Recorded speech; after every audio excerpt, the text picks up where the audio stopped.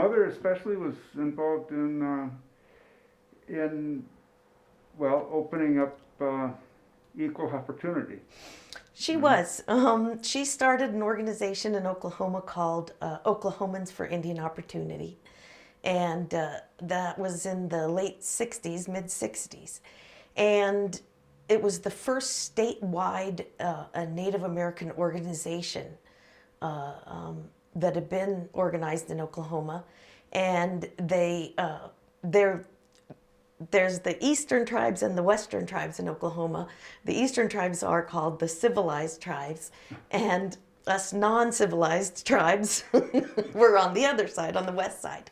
So those two, east and west, had never really collaborated together, and so she was able to create a wonderful collaboration and a collective organization, Oklahomans for Indian Opportunity, and they saw that the dropout rate for Native students at that time was 72% high school dropout rate. And just through building cultural identity, confidence, and those sorts of programs for youth, they were able to change that to 32%.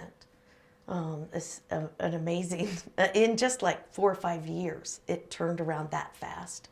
And Both east and west. both east and west. And in those days, you would never know it to look at the eastern tribes now because they're very successful financially and doing a lot of great things in eastern Oklahoma.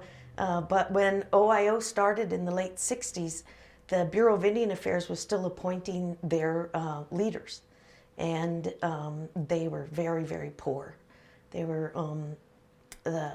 even more poor. My mom didn't understand why, but they were poorer than the tribes on the west side,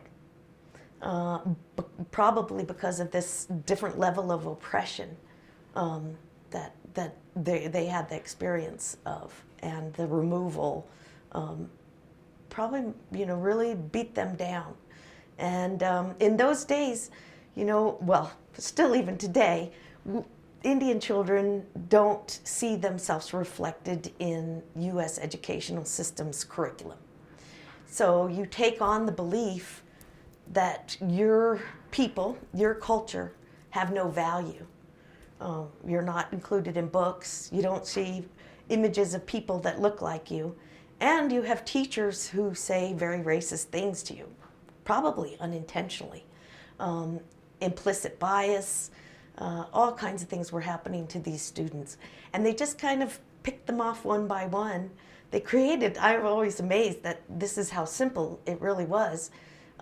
They had to create these mimeograph handouts about Native leaders, biographies about, Seattle, Chief Seattle, or Red Cloud, or some of the Sequoia, some of the Oklahoma tribes' heroes, Maria Tall Chief. And they had never seen successful Indians. They never saw something written about Native Americans. So they also did a play acting, role acting. In the schools? Yes, I don't know how they let them in, but they would get these kids and start a program at each of the high schools they began. And they would have the teachers play the students, and the students would play the teachers. And usually the teachers were in tears by the end of it, and really transformed, because they had no idea that the things that they were saying were so harmful and hurtful to their students. And then they started a program of bringing national leaders into Oklahoma to speak to these kids. So Robert Kennedy, Ted Kennedy, George McGovern. There were also Republicans too. I just can't remember all their names.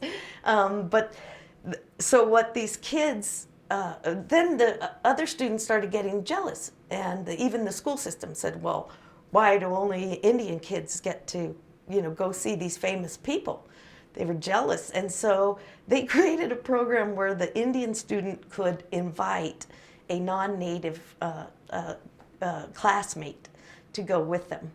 So it gave power and prestige to the Native student, where that did not exist at all in those days. And so it really changed the dynamic of schools in Oklahoma just in a matter of a few years. I mean, we still have our problems and our numbers are still way too low in education, but we found that cultural identity and having a pride in who you were and understanding that we're really an integral part of the cultural and political fabric of the United States.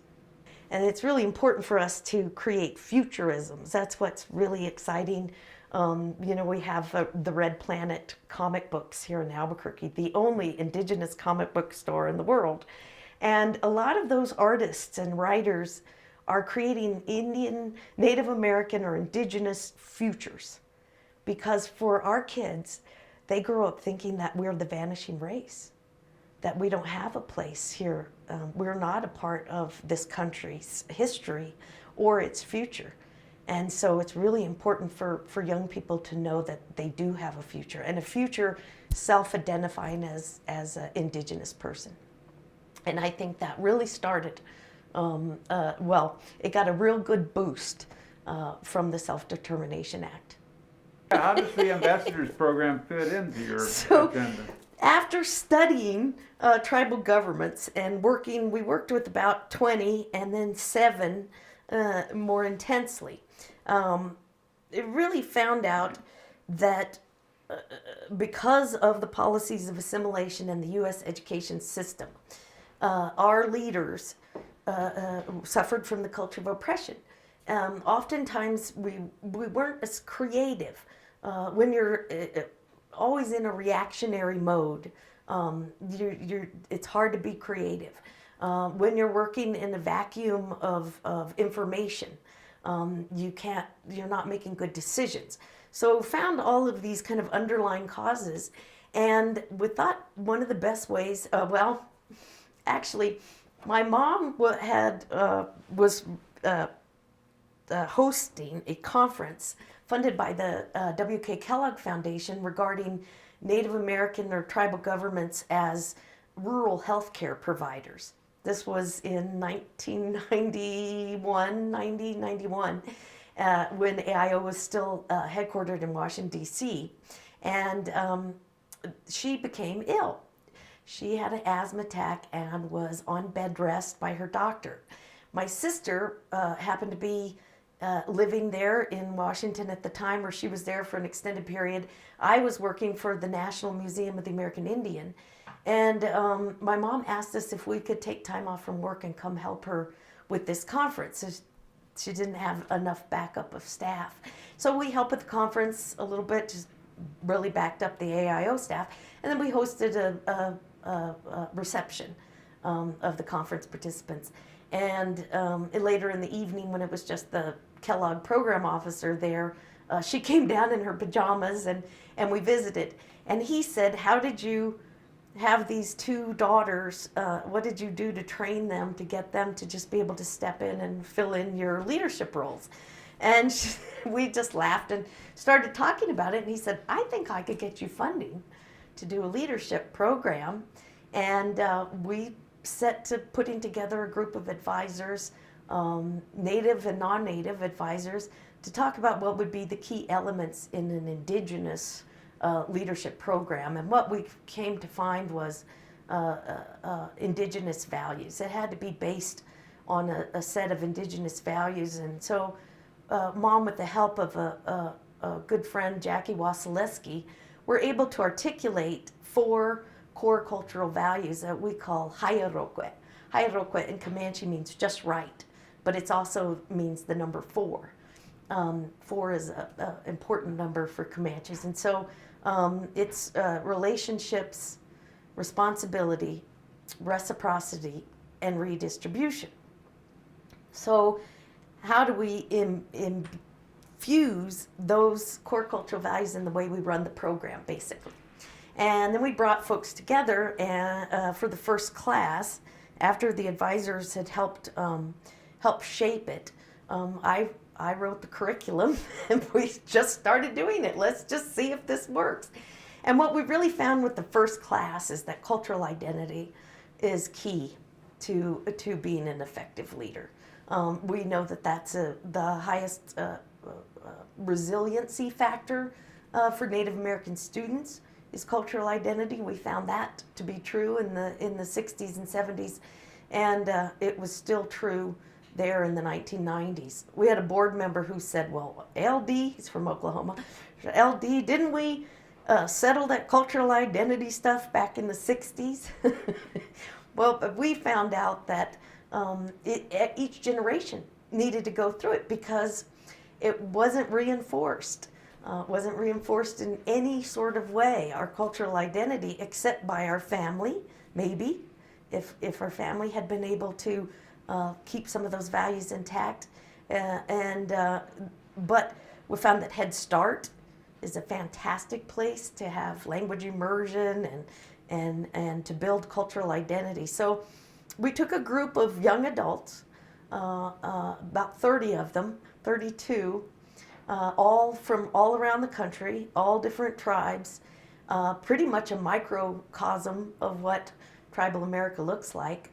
We had a non-federally recognized representative, LGBTQ representative, even number of men and women, although we had many more women apply for the program. That was the phenomenon of that time. And really started a course of reinforcing their core cultural values, providing some leadership skills, mostly through experiential learning activities. We had our first gathering here in New Mexico where we spent some time with Pueblo leaders talking about traditional forms of government and how those are more reflective of our values. And then we'd take them to Washington, D.C., where we'd learn kind of the culture of Washington, D.C., because of our relationship with the federal government. It's important to understand how Washington works. And they would organize an appointment with their member of Congress. Many of them had never been to Washington or understood that you could just call your member of Congress and get an appointment, at least with a staff person, and a photo opportunity with the member. But what resources were available, those sorts of things. The second took place outside of the United States. So Western culture would call it a leadership training program. Well, we looked up leadership in the English dictionary, and what it said was someone in control or somebody who had authority over others. And we decided that didn't jive with our values. So we ended up calling it the Ambassadors Program, because effective tribal leaders really act as an intergovernmental liaison. They have to be able to play basketball with the youth on the basketball court and then go to Washington, D.C. and lobby for legislation and appropriations. So we saw that. We ended up calling it the Ambassadors Program and really wanted it to be peer-to-peer learning. We articulated values and we provided opportunity for each of the participants to articulate their values and then to talk about ways that those values were being implemented in a contemporary way.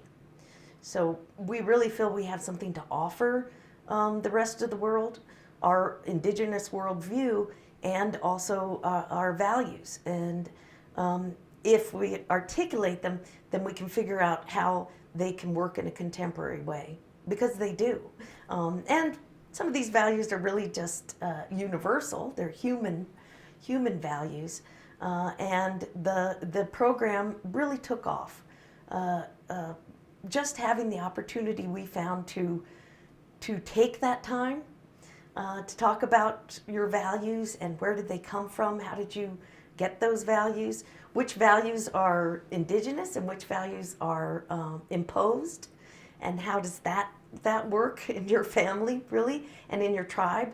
We also asked them to do some investigating about the history of their tribe, and they presented that to their fellows. So that overcame kind of those what we call the oppression Olympics. That my dad said he tried to outpour poor boy other white boys, other white guys. And they tried to tell these stories about which one grew up poorer.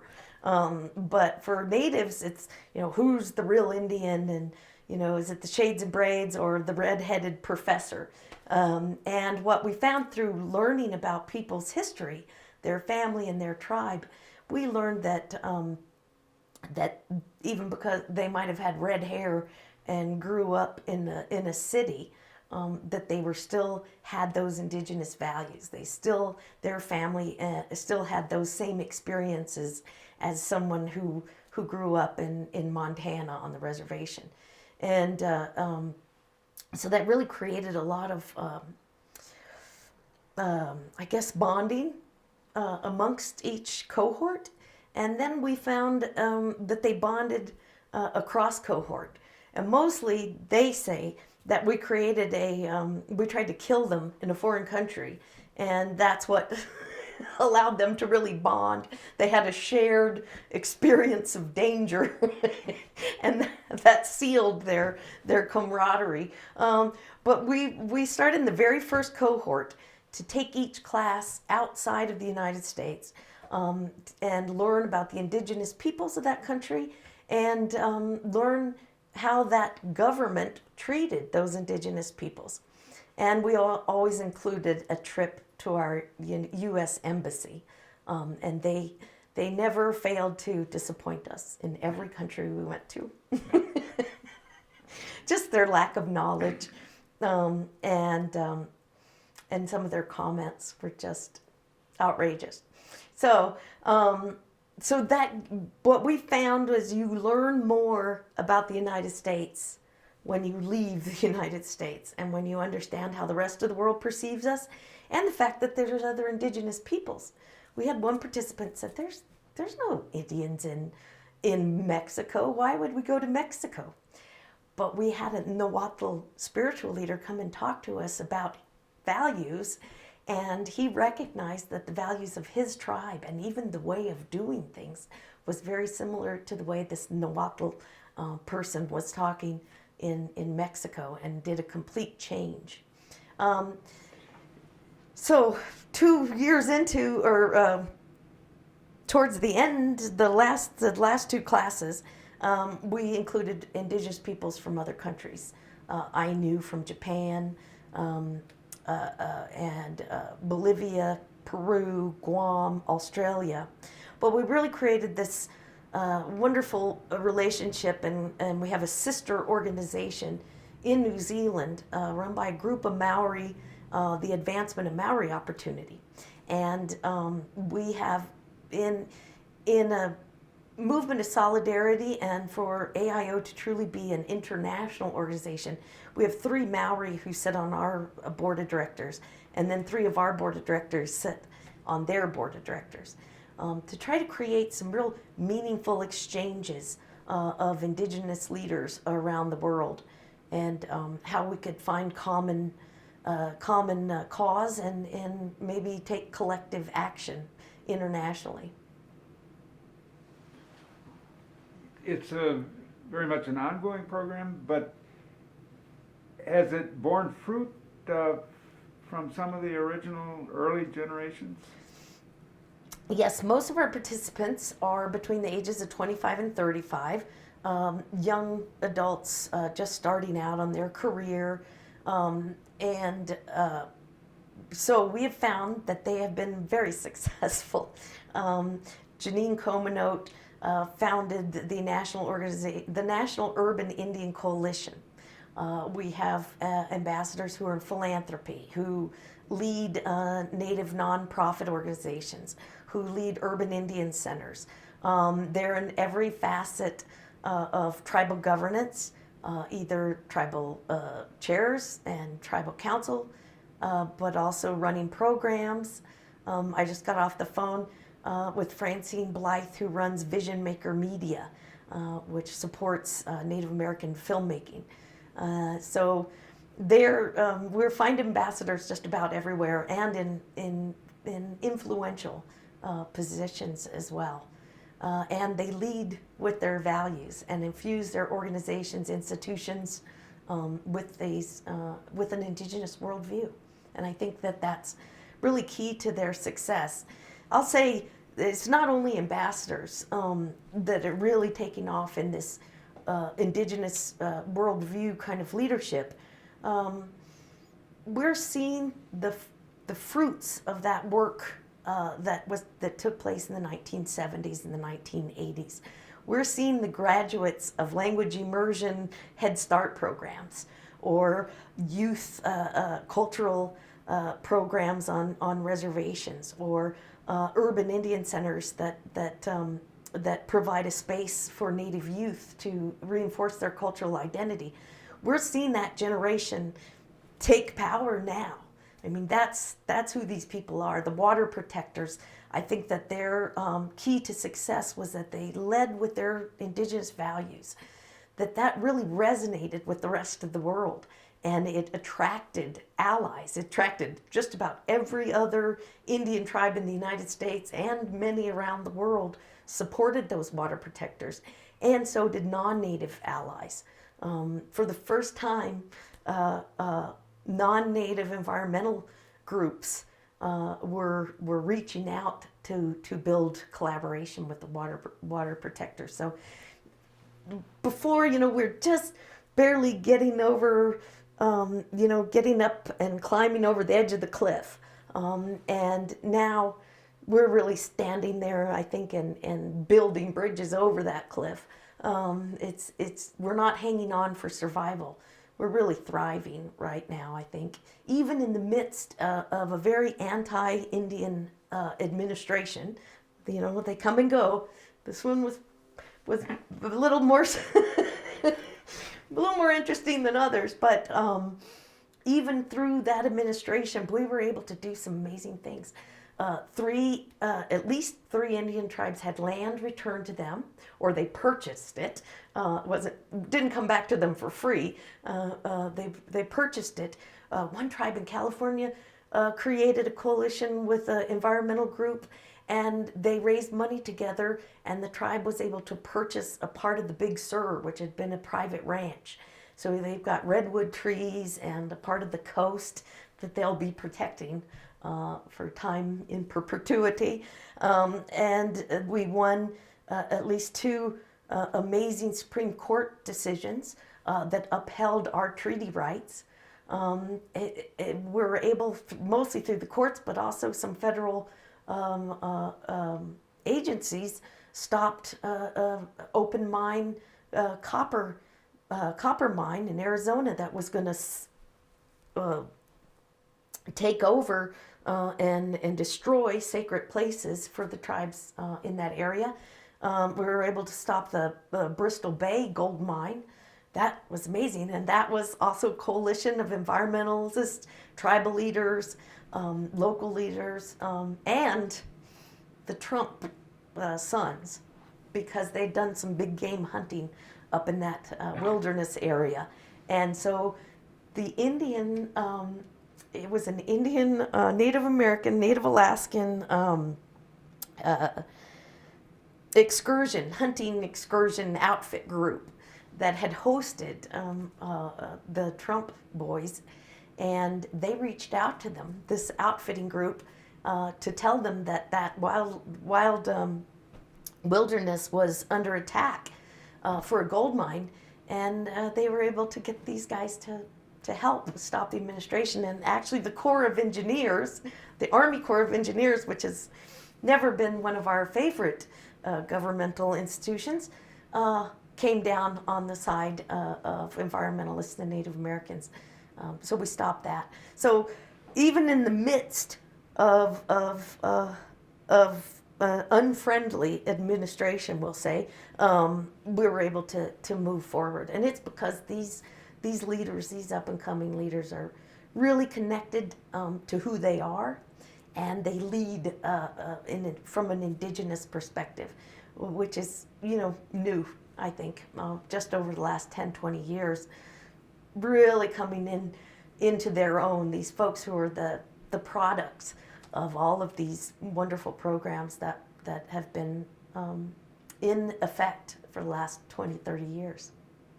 And you see the water protectors as having been a catalytic, provided a catalytic event. Yes, I think it was. There's been a real renaissance amongst Indian tribes with the building of the National Museum of the American Indian as part of the Smithsonian. That really got tribes more involved in creating their own museums and their own cultural centers to tell their own histories to their neighbors, and the cash benefit of gaming provided money for language immersion programs and cultural identity programs. So all of these things started happening, and then the water protectors. These kids actually, President Obama visited the Standing Rock Reservation, and they put together a group of kids who were neither the top of their class or the bottom of their class. They're kind of your average Native kids, high schoolers mostly. And the Obamas met with them, both the First Lady and the President, and they asked them a couple of questions. One of the questions they asked was, how many of you have experience of suicide in your family or friends? Every single one of them raised their hand. How many of you have a family or a friend incarcerated? Every single one of them raised their hand. How many of you think that the education you're getting is quality and equal to that? They all said, no, it's not. So the President and the First Lady had been aware of these statistics.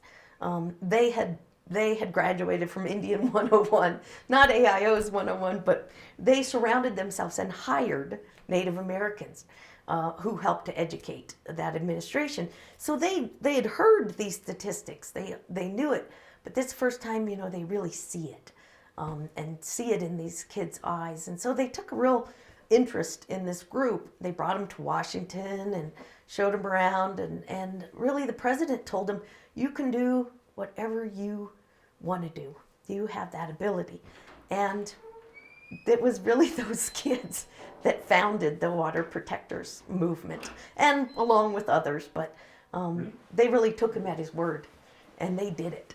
And that was really a catalyst, like I said, for cooperation with Indian tribes and environmental groups for the first time. It was brought a level of visibility that we had never had in the United States around tribal governments, people kind of understanding that. It attracted celebrities who amplified that message around the country. And for the first time, we were really visible within the United States.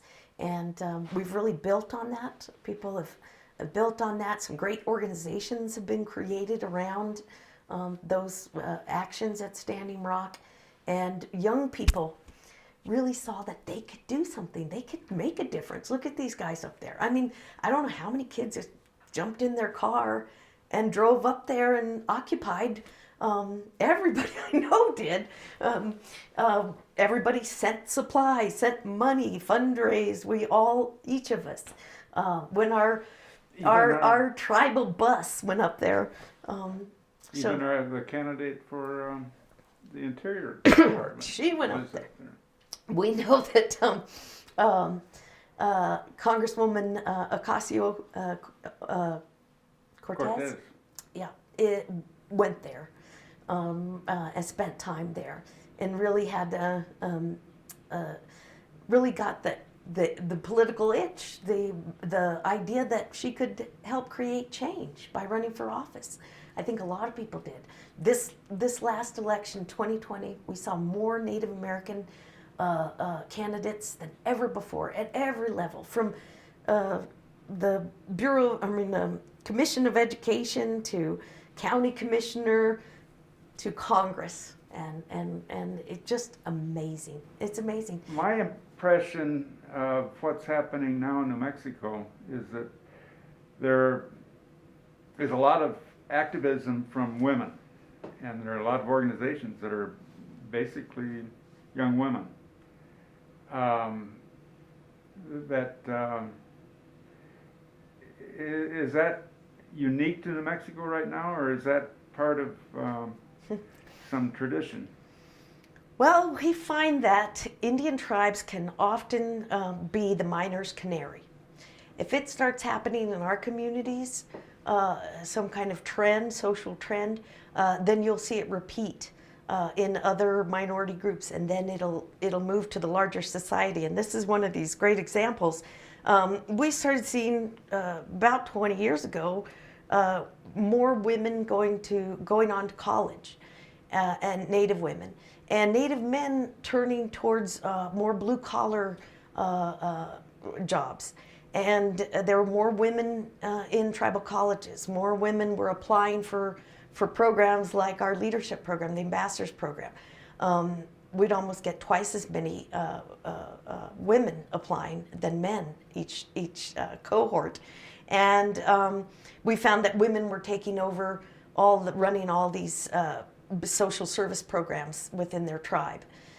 So in large part where there was still a Native man leading the tribe, it really today it's Native women who are running a majority of those programs and running national organizations, I can say as well. So that is perfectly natural for Native Americans to have women leading. For Indigenous peoples worldwide almost, or certainly here in the Americas, we were matrilineal and matriarchal. I just read a wonderful little article from a Mohawk gentleman who was talking about the role of women. They were the ones who held leaders accountable. They were the ones that settled dispute. They're basically the judiciary of the Iroquois Confederacy. And we know that that's true. Comanche women, we owned all property. Besides horses and weapons, men owned nothing, but women owned horses. There was a time during the Comanche Empire where every man, woman, and child owned their own herd of horses. We were so successful.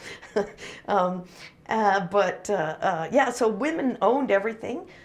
Men left their families and joined their wife's family. We follow our mothers' and grandmothers' clan or band system. So it's very natural for us to have women leaders. Is that the case with a lot of the pueblos in New Mexico? Well, I am not an expert in Pueblo traditions. As a Comanche, we had a lot of interaction with the Pueblos. We said some Pueblos we raided, some Pueblos we traded, like Taos. Taos was our ally.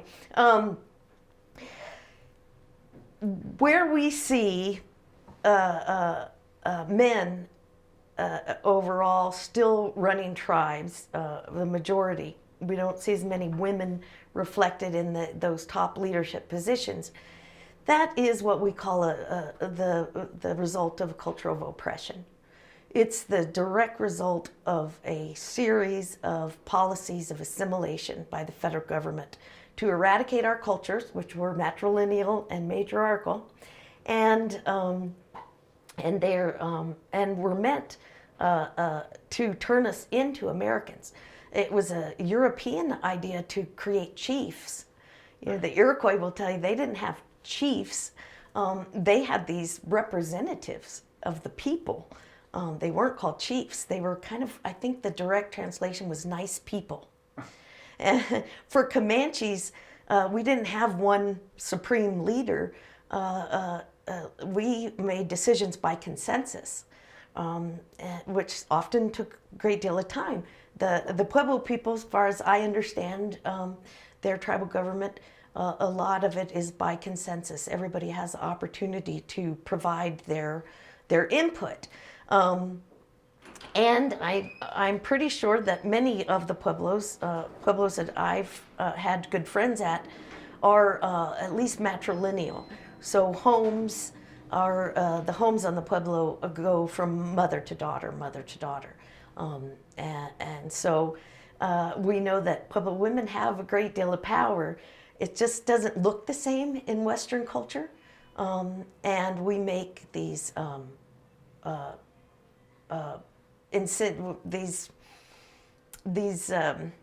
I guess we judge these communities or these cultures on our own Euro-American biases. And so we might not see how the subtlety of their decision-making works. So I think that women should be equal in all societies. I will uphold a tribe's right to make their own laws and govern as the way they see fit. Do you see the way Black Lives Matter is found an international platform after the George Floyd death? Do you see that as having had an effect on the indigenous movements? Well, Black Lives Matter, just the most glaring result is statues of Columbus came down along with Confederate generals. So we consider that a big plus. In some cities that there might not even been many Native Americans as part of the protest, but in solidarity they tore them down. What we learned really quickly, I think, in the indigenous community, that we're all in this together. And we have to have allies. If you're only 2% of the population, in order to create change, you need some friends to help you on that. And for the Black Lives Matter, the very beginning, there was kind of a misunderstanding of that statement. So you saw a couple of people saying, well, Native lives matter. Well, Indians are killed just as much as African Americans are by police. And all of that is true. However, in saying Black Lives Matter, we're saying that we're with you, and we think that the advancement of your liberation, the advancement of your rights, is intricately tied with our struggle for liberation. And the only way that we move forward is together. And that has just really turned out to really have worked.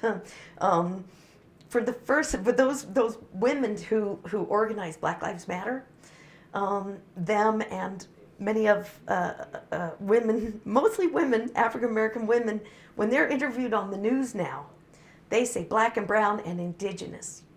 They include that indigenous in there, and that's because of our supporting them, and they support us. We really, it is all of us together, and we need all peoples, not just Black and brown, but we need everybody on these issues to uplift each other, and we can all rise up. Who is it? I think, is it Barber, Reverend Barber, the People's Party?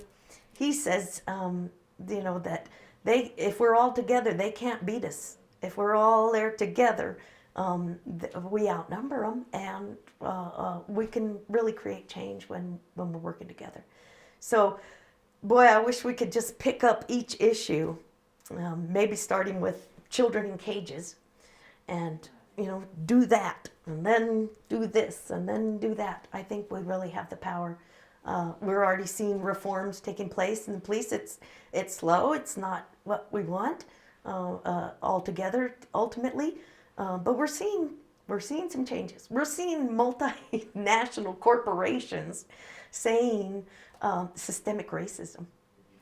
People say systemic racism, and I cried at one of the channels. I think it was AMC, had a little PSA that came up in between movies, and it said AMC supports the Black Lives Matter movement. We have donated to these 3 organizations in partnership with our African American employees, and we urge you to help us end systemic racism, and you too should contribute to one of these 3 organizations, the top of which was Black Lives Matter. I burst into tears. I couldn't believe that a corporation was saying systemic racism. Now, whether they're just talking about it, whether we'll see real change coming, we're going to have to keep putting on the pressure to make sure. But I just read, who is it, Heather Cox? She has Letters of America. I think she's with the Washington Post or New York Times. God. Anyway, she just said that that major corporations now are looking towards, there's an acronym for it, but they're looking at their diversity and inclusion and their environmental footprint, and those 2 things are going hand in hand. Whether the change that we want to see is not going to be immediate, but at least I think we're winning hearts and minds. I think we're changing attitudes across the country. And I think we're finding ways to build solidarity. We have a special election coming up here in Albuquerque. We're a national, international organization, but we do a lot of work here in our home community, helping to organize and support urban Indians in Albuquerque. And so we'll be doing get out the vote efforts for the special election to replace Congresswoman Deb Haaland. And we really see the best way to do that is in solidarity with our partners, other people of color organizations, progressives and environmentalists, and try to at least have some semblance of a joint effort, at least a semi-coordinated effort. You seem very excited about the future. I am. I really am. Even in the face of that horrific incident at the Capitol. I grew up in the Capitol, and I gave tours of the Capitol to visiting family and to my dad's constituents. My brother and I ran around in the basement. We knew every inch of those tunnels, and knew the folks that worked in the basement, mostly the folks that worked in the Senate restaurants, and those places were so familiar. The designs on the floor, the pictures on the wall, even if I was on an errand, I worked for United States Senator for 6 years, even if I was on a quick errand, and you're zipping through the Capitol to get over to the documents office. Gosh, all these things probably don't exist anymore because everything's electronic, but you'd have to rush to the documents office in the basement of the Capitol or the basement of the Hart Building and rush back to the office, and you have kind of your gate that you're zipping through tourists and just trying to get to your destination. But even then, in a hurry, you're taking in the magnificence of that building and its symbolism, even if some of that symbolism is oppressive to people of color. This is a system based on indigenous viewpoint that really had originated to annihilate us. We've now turned that around and using that system to be self-governing and to be self-determining, and to continue to contribute our worldview and our values to the political and cultural fabric of the United States. And that hasn't changed. And it's getting better. Each generation is just more and more capable of running our societies, and I think that they're doing a good job of it. And I think our organization is here to support emerging leaders, support new initiatives, and provide space for hard conversations.